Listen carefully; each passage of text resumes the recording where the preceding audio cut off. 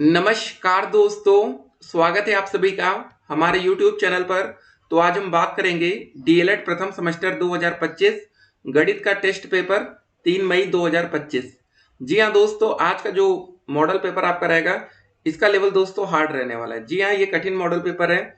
अगर आज आपने इस वीडियो में 25 में से 12 प्लस नंबर लाया तो इसका मतलब है कि आप जब एग्जाम में अपीयर होंगे डीएलएड 2025 के लिए तो कोई आपको फेल नहीं कर पाएगा। समय आपको 1 घंटे का मिलेगा। 25 नंबर का टोटल पेपर होगा। सभी प्रश्न अनिवार्य है। प्रत्येक प्रश्न के अंक उसके सामने दिए गए हैं। पहला क्वेश्चन देखिए, समझिए। एक संख्या में अंक 5 का स्थानीय मान उसके वास्तविक मान का 500 गुना है। एक बात याद रखिएगा, किसी भी संख्या का जैसे लिखा है ना 5 2 3 5 पहला विकल्प, अगर 2 का वास्तविक मान पूछा जाएगा तो 2 होगा, 3 का वास्तविक मान 3 होगा, इस 5 का 5, इसका 5। ठीक है, स्थानीय मान अलग होता है, वास्तविक मान अलग होता है। ठीक है, बोला गया कि 5 का स्थानीय मान उसके वास्तविक मान का 100 गुना है। मान लीजिए वास्तविक मान 5 है तो ठीक है, तो उसका स्थानीय मान क्या हो जाएगा, 5 गुणे 100 मतलब 500 हो जाएगा। यदि अंक 5 इकाई के स्थान से तीसरे स्थान पर, यहां से अगर तीसरे पर है तो ये तीसरा स्थान 5 यहाँ ही है, तो ये विकल्प सही होगा। ठीक है, तो बोला गया वो संख्या क्या हो सकती है, एग्जैक्ट तो नहीं लेकिन ये हो सकती है। अगला क्वेश्चन देखते हैं। एक संख्या को 15 से गुणा करने पर अगर परिणाम इतना आता है, यदि उसी संख्या को 25 से भाग दिया जाए तो भागफल क्या होगा। सोचिए, इस क्वेश्चन को अगर आपने सही किया तो 1 नंबर देना भी अपने आप को।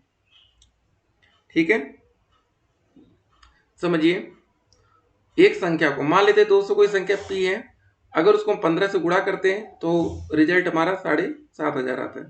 तो हम p का मान यहाँ से पहले निकालें तो 7,500 बटे 15, 15 पचे 75 जीरो जीरो।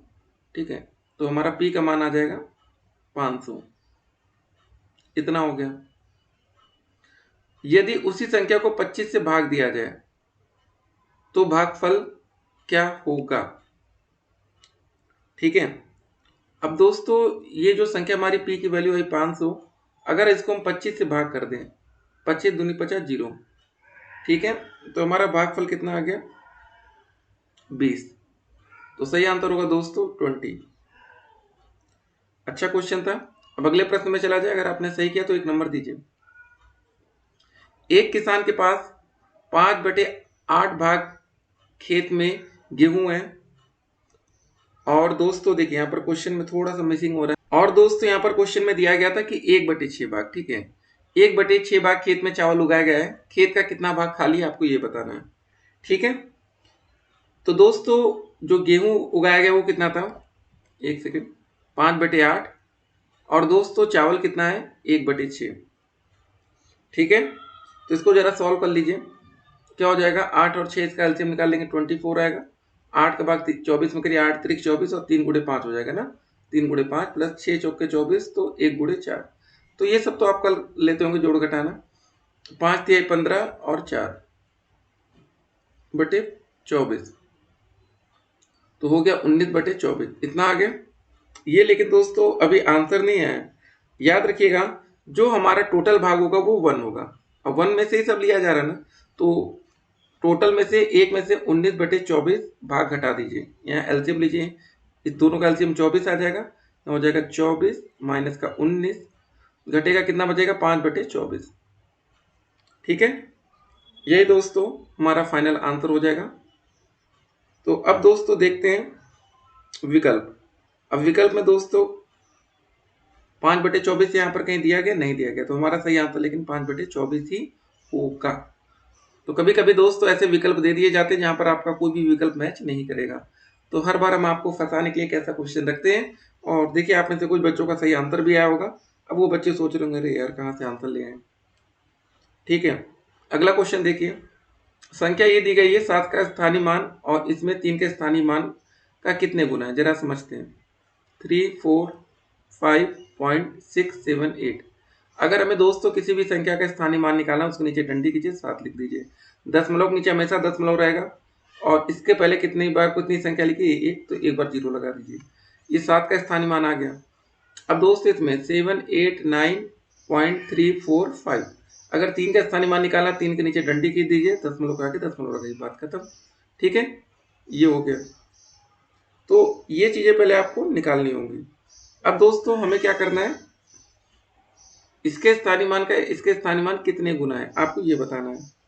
तो हम आगे क्या करेंगे, आगे ये करेंगे जैसे लिखा था 0.07 बटे में 0.3, दशमलव से ये दशमलव हटेगा, यहाँ एक जीरो और बढ़ जाएगा, हो जाएगा 7/30।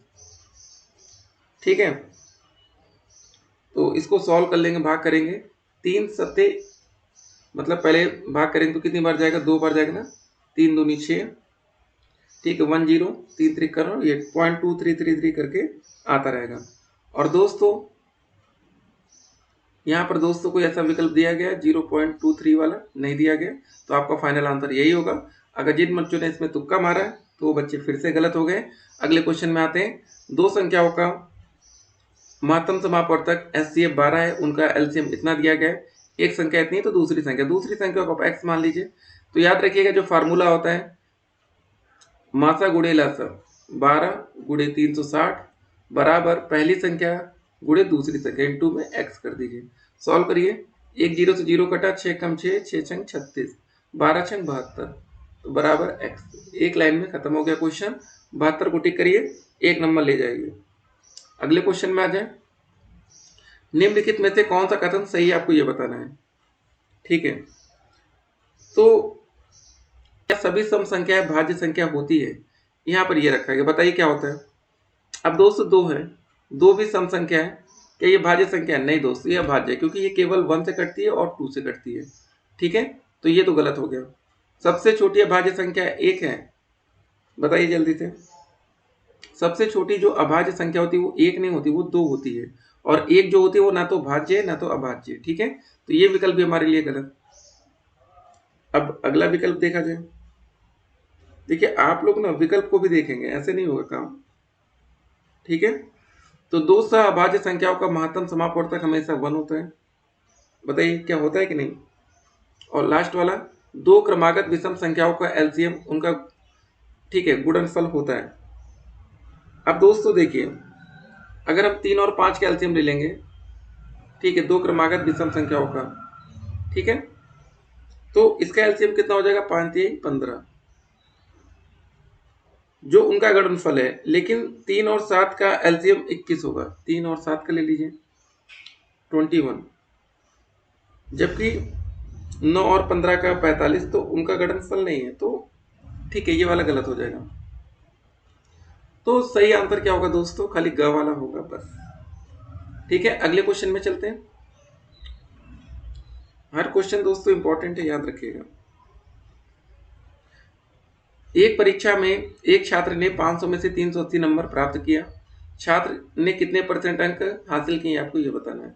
चलिए दोस्तों, आप लोग को अभी डीएलएड का एग्जाम 800 नंबर का होता है, उसमें से मान लीजिए आपके कुछ नंबर आते हैं, तो आप परसेंटेज कैसे निकालेंगे। तो याद रखिएगा, जो नंबर आप प्राप्त करते हैं वो ऊपर रहेगा, टोटल नीचे रहेगा, और मल्टीप्लाई बाई 100 करेंगे जब परसेंटेज निकालते हैं। 2 जीरो से जीरो कट जाएगा, 5 से भाग करिए, 5 7 35, ठीक है, 3 और 0 5 6 30, आ जाएगा 76%। सही आंसर कौन सा होगा, ग वाला विकल्प। ठीक है, एक नंबर दीजिएगा अपने आप को। अगले क्वेश्चन में आते हैं। एक पाई चार्ट में एक विशेष मद 135 अंश के केंद्रीय कोण द्वारा दर्शाया गया है। यदि कुल आंकड़े 400 हैं तो उस मद का मान क्या होगा। दोस्तों देखिए, अगर हमें किसी मद का मान निकालना है तो हो जाएगा केंद्रीय, ठीक है, कोण,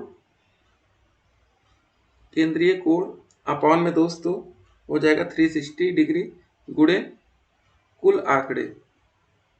ठीक है, ये हो जाएगा।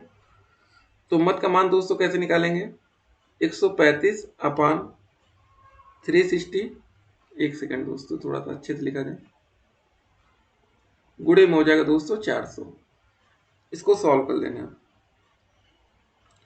तो ऐसे क्वेश्चंस भी आपको पेपर में देखने को मिलेंगे, तो उसके लिए भी तैयार रहेंगे। ठीक है, तो किससे भाग किया जाए, 15 से करिए, 15 9, ठीक है, 135 अपान में दोस्तों 15 दूनी 30, 6 जी 15 चौके 60, फिर 3 त्रिक का 9, 3 8 24, 8 से भाग करिए, 8 5 40, 0, 50 गुणे 3 कितना हो जाएगा, 150।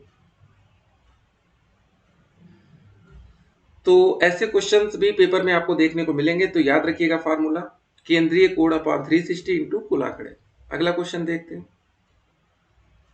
क्वेश्चन में लिखा है दोस्तों 3x² ठीक है इंटू वाई प्लस में 5xy² माइनस का 2x² प्लस का 7xy² माइनस का xy। ठीक है, ये दिया गया को सरल किया जाए तो x और y का गुणांक क्या होगा। ठीक है, अच्छा क्वेश्चन है, सॉल्व करते हैं। अब दोस्तों यहाँ पर लिखा है 3x² और माइनस में यहाँ पर इसको ले आइए 2x² हो जाएगा प्लस का 5xy² हो जाएगा प्लस का 7xy² हो जाएगा माइनस का xy। इसको घटा लेंगे, 3 में से 2 घटेगा 1 तो यहाँ बचेगा x² प्लस का जुड़ जाएगा 7 5 12 xy² माइनस का xy। ठीक है, तो हमें यहाँ पर दोस्तों क्वेश्चन में बताना है xy का गुणांक। xy का जो ये गुणांक है कितना होगा, इसका हो जाएगा -1। ठीक, यही तो होगा ना। तो सही आंसर आपको बताना था xy का गुणांक क्या होगा, -1 होगा। अगले क्वेश्चन में चला जाए। अच्छा क्वेश्चन है ये भी, इसको पहले ध्यान से पढ़ेंगे समझेंगे। एक तल पर 3 असंरेखी बिंदुओं से होकर कितनी सीधी रेखाएं खींची जा सकती है। 3 बिंदु हैं, ठीक है,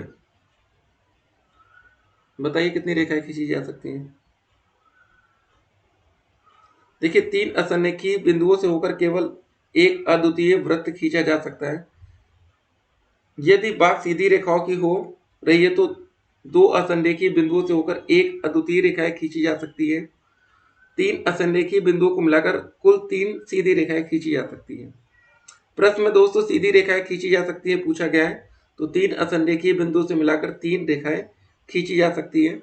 तो दोस्तों देख सकते हैं एक रेखा ये हो जाएगी 2 3, ठीक है, ऐसा करके आप इसको 3 को टिक करेंगे। अगला क्वेश्चन देखते हैं। केवल पटरी और प्रकार का उपयोग करके निम्नलिखित में से कौन सा कोण बनाना संभव है, बताइए जल्दी से।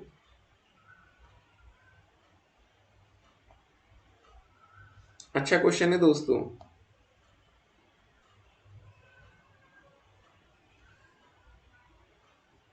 मतलब संभव नहीं है ये आपको बताना था। ठीक है, 30 अंश का कोण दोस्तों बनाना है। एक पटरी से लाइन खींचिए, गोला प्रकार के बिंदु यहाँ रखिए, एक ऐसा चाप कटिए, ये करिए, ये हो गया 60 अंश का। इसका आधा कर देंगे 30, ये वाला तो बन जाएगा।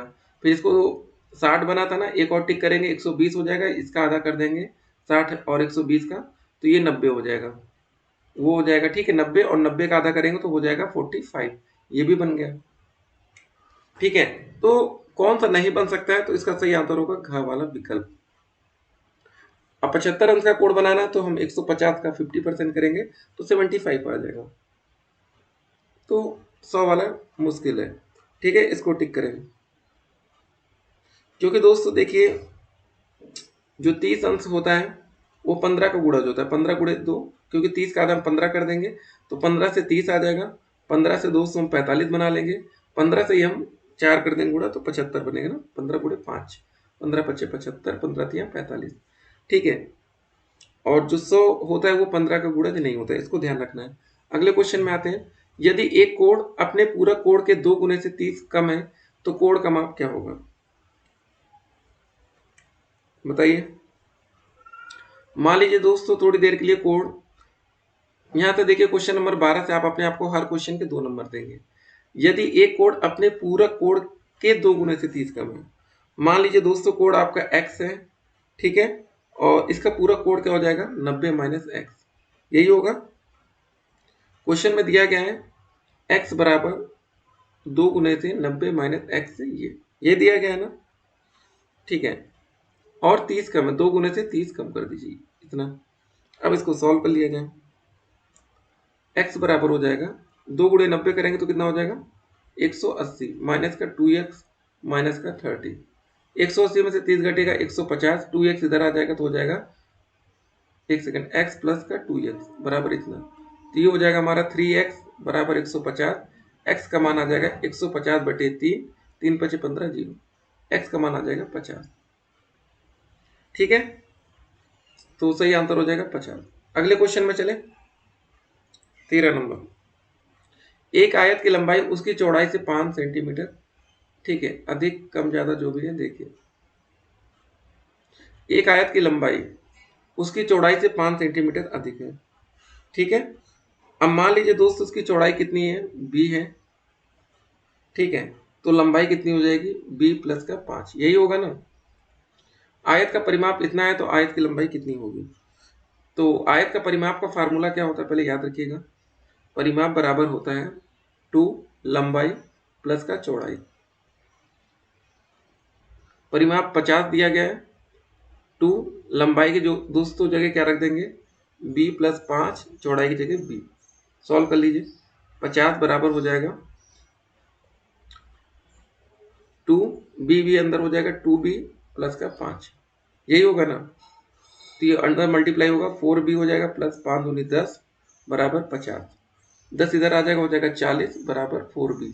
तो b का मान आ जाएगा 40/4 बराबर 10, ठीक है, इतना आ गया। तो ये दोस्तों अगर 10 आ जाएगा तो ये कितना हो जाएगा, 10 प्लस 5 तो हो जाएगा 15। तो आयत की लंबाई 15 सेंटीमीटर होगी, बात खत्म, ठीक है। सही किया तो 2 नंबर दीजिए अपने आप को। अब देखते हैं दोस्तों आप लोग नंबर कितने लाते हैं ना। अगला क्वेश्चन देखिए, एक वर्गाकार खेत का क्षेत्रफल 144 वर्ग मीटर है, खेत का परिमिति क्या होगा। देखिए दोस्तों वर्गाकार है ना, एक सेकेंड यार, इसका हमें क्षेत्रफल दिया गया। वर्ग में आपको दोस्तों एक बात पता होगी, वर्ग की चारों भुजाओं योग मतलब चारों भुजाएं बराबर होती है। तो वर्ग का क्षेत्रफल का फार्मूला क्या होता है, अब यहाँ पर ये आपको पता होना चाहिए, ठीक है। या इसका हमें क्षेत्रफल दिया गया है, कितना दिया गया है, 144। तो दोस्तों वर्ग का जो क्षेत्रफल का फार्मूला होता है वो होता है सिंपल सा भुजा का स्क्वायर, ठीक है। हमें इसका क्षेत्रफल दिया गया 144, तो भुजा जब निकालनी रहेगी तो भुजा स्क्वायर बराबर इतना है, तो भुजा बराबर हो जाएगा √144 मतलब 12 सेंटीमीटर, यही आ जाएगा ना। अगर दोस्तों हमें इसका क्षेत्रफल सेंटीमीटर नहीं मीटर में, इसको ध्यान रखिएगा मीटर में दिया गया, ठीक है। तो इसकी भुजा हमारी आ गई 12 मीटर। इसकी परिमिति, परिमिति क्या होता है, परिमाप। परिमाप दोस्तों वर्ग का जो होता है फार्मूला होता है 4 इंटू भुजा कहिए या 4a कहिए, तो 4 गुणे 12, 12 गुणे 4 48 मीटर, ठीक है। 2 नंबर देना अपने आप को, आगे बढ़ना है। अब एक रेलगाड़ी 72 किलोमीटर प्रति घंटा की गति से चल रही है, क्या बात है। अब फील करिए भैया, ट्रेन में आप बैठ गए, रेलगाड़ी चल दी है, वह 250 मीटर लंबे पुल को कितने समय में पार करेगी यदि रेलगाड़ी की लंबाई 150 मीटर है। ऐसे क्वेश्चन दोस्तों आते हैं पेपर में, याद रखिएगा, ठीक है। तो दोस्तों रेलगाड़ी की कुल दूरी कितनी होगी, पहले आप ये सोचिए, रेलगाड़ी की कुल दूरी, ठीक है। तो दोस्तों यहां पर पुल की लंबाई देखी जाएगी, पुल की लंबाई प्लस में दोस्तों रेलगाड़ी की लंबाई, ठीक है। तो दोस्तों यहां पर क्या हो जाएगा, जो 250 मीटर लंबे पुल, तो ये 250 इसको जोड़ लीजिए, रेलगाड़ी 150 मीटर लंबी है, दोनों जोड़ लेंगे कितना आ जाएगा, 400 मीटर, ठीक है। अब रेलगाड़ी के दोस्तों जो गति दी गई है 72 किलोमीटर, ठीक है, गति लिख लीजिए 72 किलोमीटर प्रति घंटा, किलोमीटर प्रति घंटा, ठीक है। अब इसको आपको सॉल्व करना है। अब दोस्तों एक बात ध्यान रखिएगा, जब ये मीटर में दिया गया है तो किलोमीटर प्रति घंटा को भी हमको मीटर में बदलना पड़ेगा। उसके लिए हम क्या करेंगे, 72, ठीक है। अब किलोमीटर में दोस्तों मीटर में बदलने के लिए 1000 थे, 1000 मीटर, और घंटे को दोस्तों सेकंड में बदलेंगे, तो कह ले घंटे को मिनट में बदलेंगे तो 60 गुणे 60 होगा, 60 हो जाएगा बटे में 60, और मिनट को जब सेकंड में बदलेंगे 60 गुणे 60 मतलब 3600। 2 जीरो से 2 जीरो कटा, 2 पंजे 10, 18 आ गया, तो हो जाएगा 72 गुणे 5/18, 18 सॉरी 72 है, 18 चौके 72, तो 5 चौके 20 हो जाएगा, 20 मीटर प्रति सेकंड, ठीक है। तो जब दोस्तों ये आ गया मीटर पर सेकंड, अभी हमने कुछ किया नहीं, ये घंटे को हमने सेकंड में बदल दिया। अब दोस्तों हमें टोटल ये दूरी पता चल गई, हमें निकालना क्या है, ठीक है, वो इतने लंबे पुल को कितने समय में पार करेगी, हमें निकालना है टाइम, ठीक है। तो समय बराबर दोस्तों क्या होता है, समय, दूरी बराबर चाल गुणे समय, समय बराबर दूरी बटे चाल कहिए या गति। दूरी दोस्तों कितनी हो गई 400 मीटर। समय कितना हुआ मतलब गति क्या थी 20 मीटर पर सेकंड। इसको सॉल्व कर लीजिए, एक जीरो से जीरो कटेगा 20 बार जाएगा, तो दोस्तों समय आ जाएगा 20 सेकंड। ठीक है, सही आंसर होगा 20 सेकंड। अब दोस्तों यहाँ पर देखिए जब हमने 20 निकाला था तो इसका मतलब ये मत सोचिएगा कि वही वाला 20 है। ठीक है, याद रखिएगा 72 की जगह 90 कर दिया जाता तो वो 20 नहीं आता वहां पर। ठीक है, तो चलिए अगले क्वेश्चन में चलते हैं। 2 नंबर दे दीजिएगा अपने आप को सीना ठोक के। अगला क्वेश्चन देखते हैं। 16 नंबर का क्वेश्चन कह रहा है यदि a अनुपाते b बराबर 2:3, तो इसका मतलब दोस्तों क्या है a/b बराबर लिखा है 2/3 और लिखा आगे b अनुपाते c या b/c बराबर 4/5। तो हमें a अनुपात b अनुपाते c निकालना है। ठीक है, अच्छा क्वेश्चन है। तो ऐसे क्वेश्चन पहले करने की कोशिश तो करिए आप लोग, ताकि हमें पता चले आप लोग की तैयारी कितनी है। ठीक है, तो ऐसे क्वेश्चन को दोस्तों पता कैसे किया जाता है, देखिए a अनुपाते b और b अनुपाते c। दोस्तों जहां ये b लिखा है, b का मतलब 3 है और यहाँ पर b का मतलब 4 है, तो जब ये b इक्वल हो जाएगा तो हम a b c तीनों निकाल सकते हैं। समझ रहे हैं, आपको बताते रुकिए। जैसे लिखा है a अनुपाते b 2:3। ठीक है,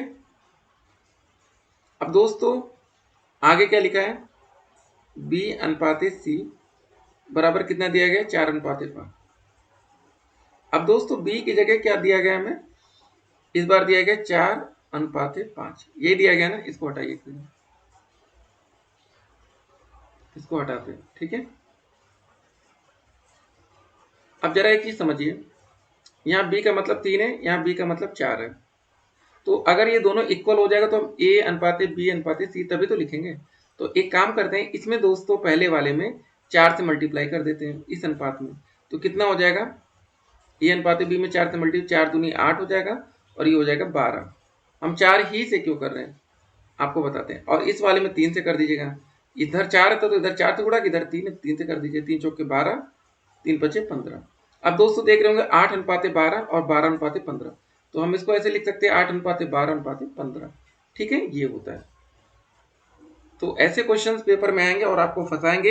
एकदम याद रखिएगा जिस अनुपात को हमें मैच कराना, जैसे ए लिखा होता है ना 2 3, अगर लिखा होता है यहाँ पर 3 4 और दोस्त यहाँ पर लिखा होता है 5 और 6, तो हम क्या करते हैं ये 4 और 5 को मैच कराते हैं। 5 का गुणा 4 में करते हैं पूरा मतलब इधर, और 4 का गुणा पूरा इधर। तो जैसे इधर गुणा करते हैं तो क्या होता है 5 3 15, 5 चौके 20, यही होता है ना। अब 4 इधर करते हैं 4 पंजे 20, 4 छंग 24, तो ये मैच हो जाता है, तो हो जाता है 15:20:24। ऐसे क्वेश्चंस भी पेपर में आते हैं। 2 नंबर दीजिए और आगे बढ़ जाइए। अगला क्वेश्चन कह रहा हूं एक दुकानदार एक वस्तु को 20% लाभ पर बेचता है। यदि वह इससे 100 रुपए कम में बेचता तो उसे 10% का लाभ होता। वस्तु का क्रय मूल्य क्या होगा। ठीक है, अच्छा क्वेश्चन है, पहले करने का आप लोग प्रयास करिए। अगर आप लोग दोस्तों हमारा पेड कोर्स लेना चाहते हैं जो कि 2 पैसों में है, मतलब बैच में 499 और 999, ये दोस्तों हमारा प्रीमियम प्लान है जिसमें आप कुछ भी हमसे डायरेक्ट क्वेश्चंस कर सकते हैं कि सर हमें इस पर अलग से वीडियो चाहिए, जो भी 499 वाला बेसिक प्लान है। ठीक है, तो आपके ऊपर है, जो प्लान लेना चाहते हैं लीजिए, पढ़िए भाई, क्योंकि हम चाहते हैं कि आप लोग को टीचर बनाना है, क्योंकि हम चाहते हैं हमारे साथ अगर 100 बच्चे जुड़ते हैं और 100 को हमें टीचर बनाना है, बस बात खत्म। ठीक है ना, तो चलिए ये सवाल को देखते हैं, जरा समझते हैं। मान लीजिए वस्तु का जो क्रय मूल्य माना, ठीक है, क्रय मूल्य कितना है x है, 20% लाभ पर विक्रय मूल्य कितना हो जाएगा जब 20% लाभ हो रहा है। ठीक है, 20% लाभ पर विक्रय मूल्य कितना हो जाएगा x प्लस, अब या तो आप ऐसे लिखिए 20, ठीक है, x का बटे 100, ये निकालेंगे ना परसेंटेज में, तो ये हो जाएगा कितना आ जाएगा बताइए, 0 से 0 कट गया, 0.2 आ जाएगा, तो इसको यहाँ लिख सकते हैं 1.20x, ये लिख सकते हैं दोस्तों। लेकिन अगर इसमें इसी क्वेश्चन में कंडीशन रख दिया गया, इसको थोड़ा सा नीचे वाले क्वेश्चन को नीचे करते हैं कि अगर वह इसे 100 रुपये कम में बेचता तो उसे 10% का लाभ होता। ठीक है, मान लेते हैं यदि इसको 100 रुपये कम में बेचा जाए तो विक्रय मूल्य कितना हो जाएगा 1.20x माइनस का 100, यही होगा ना। इस पर 10% का लाभ होता है, इस पर 10% का लाभ होता है, तो इसको 10% का लाभ कैसे निकालेंगे, इसको भी जरा देख लीजिए। तो सिंपल सी बात है दोस्तों, जो हमारा x था अगर इसको हम 10% के लाभ से निकालते तो यहाँ पर आता 1.10x, यही आता ना। ठीक है, ये वाला जो प्रोसेस हमने अपनाया यहाँ पर 20 की जगह 10 कर देते बस। ठीक है, अब दोस्तों देखिए दोनों का डिफरेंस क्या है 1.20 माइनस 1, एक में 20% पर एक में 10% पर। 10x बराबर कितने वैल्यू है दोनों में 100, तो घटाने पे कितना आएगा 0.10x बराबर 100। ठीक है, ये x बराबर आ जाएगा 100 बटे में 0.10। ठीक है, एक जीरो हटेगा, यहाँ 2 जीरो पड़ेगा, फिर 1 जीरो से कट जाएगा, तो मतलब यहाँ पर वैल्यू 1000 आ जाएगी। ठीक है, x का मान 1000 आ गया। तो दोस्तों आप देख सकते हैं 1000 का कोई विकल्प नहीं दिया गया, तो हम 1000 को फाइनल करेंगे, ये हमारा आंसर होगा। ठीक है, जिस बच्चों ने कर लिया 2 नंबर अपने आप को दीजिएगा। फिर से क्वेश्चन को समझ लीजिए, एक दुकानदार एक वस्तु को पहले 20% लाभ पर बेचता है, तो मान लीजिए उसका क्रय मूल्य x है, तो उसका 20% लाभ निकाल लेंगे तो 1.2x आ गया। ठीक है, जब वो 100 रुपये कम में बेचता तो उसे 10% का लाभ होता, जब हमने 10% निकाला 1.1x आ गया। ठीक है, अब दोनों दोस्तों जो उसका लाभ का अंतर था ये 100 रुपये कम में बेचता, तो उसके वैल्यू से हमने निकाल लिया। ठीक है, तो चलिए अब अगले क्वेश्चन में चलते हैं। एक बेलन का आयतन हमें इतना दिया गया, उसकी ऊंचाई इतनी है, तो बेलन के आधार की त्रिज्या क्या होगी, मान लीजिए पाई का मान इतना दिया गया। ठीक है, करिए, कोशिश करिए आप लोग। बेलन का जो आयतन का फार्मूला होता है वो क्या होता है, पाई आर स्क्वायर एच होता है। दिया गया दोस्तों आयतन कितना दिया गया 440। ठीक है, बराबर पाई की जगह 22/7 हो जाएगा, आर स्क्वायर इंटू एच की जगह दोस्तों क्या हो जाएगा 10 सेंटीमीटर। सॉल्व कर लेना इसको।